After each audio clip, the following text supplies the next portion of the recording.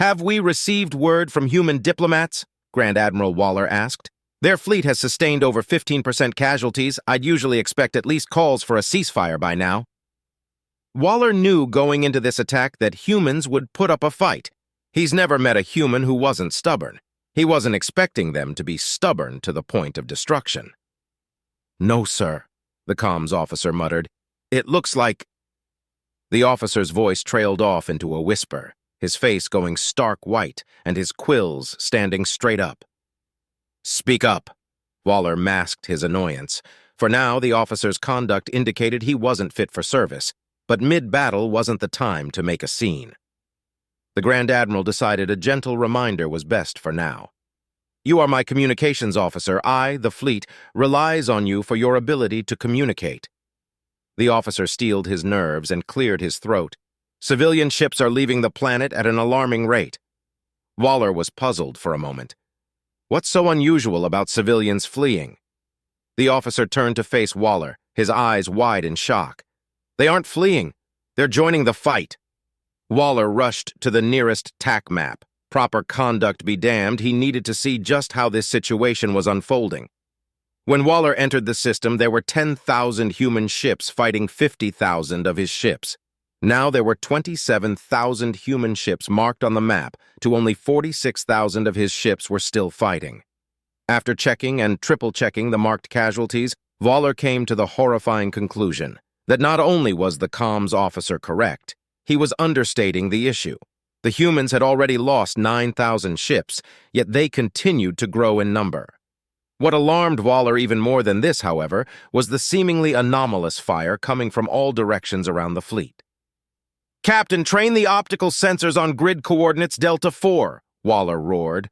Surely the humans wouldn't be so insane. Waller let out an audible gasp when the optical feed came online.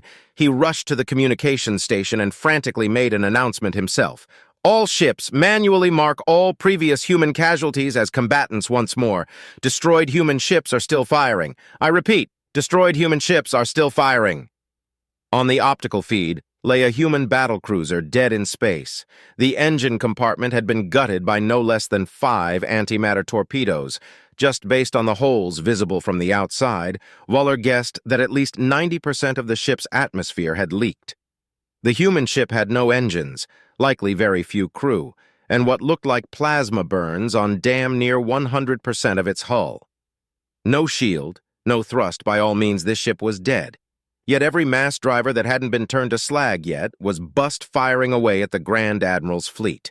In his 500 years of life, Waller had seen nothing even remotely close to this. A minute after Waller's updated orders went out, the optical feed was replaced by a blinding flash of light. It appeared that a battleship's spinal mount had finally put the dying human ship down. When the lights dissipated, the debris cloud that used to be a ship confirmed this hypothesis, and a glance at the TAC map confirmed that Waller's fleet was taking fewer casualties than before. "Sir," the captain of the ship said feebly, "other captains are asking when you will give the order to fall back." "Fall back! We have them on the run!"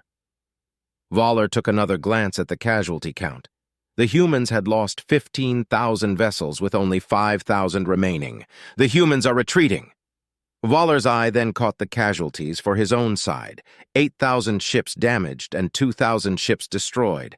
His fleet had only taken 20% casualties. His fleet had taken 20% casualties. "Give the order," Waller muttered defeatedly. The humans had taken damage to at least 75% of their fleet, even including their militia forces. Nearly half the human fleet had been outright destroyed. Why did they keep fighting? Why did I keep fighting? After the battle had concluded, Grand Admiral Waller was stripped of his title. Taking 20% casualties for a routine conquest was unaffordable to the Navy. Even some 100 years later, only 75% of the losses sustained in the war with the humans had been replaced, and Waller's blunder cost his nation their once indomitable reputation. Any and all admirals who've invaded human space since have been met with similar demotions. The ends just don't justify the means when it comes to taking such heavy losses. As of today, all but 5 of the spacefaring species in the Milky Way have passed legislation banning warfare against humanity for fear of causing casualties beyond our own moral limits, as well as the unnerving human ability to inspire our commanders to take unsustainable casualties in return.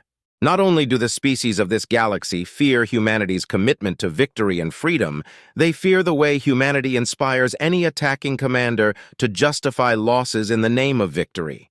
In short, humanity craves victory, and unluckily for everyone else, it seems to be contagious. Then, President of Humanity Vance Redman put it best in his speech following the war. There is one misconception within the galactic community I'd like to put to rest. Some leaders have accused us of desiring to, and I quote, rule over a pile of rubble. I'd only like to clarify that humanity wishes to rule over a human pile of rubble,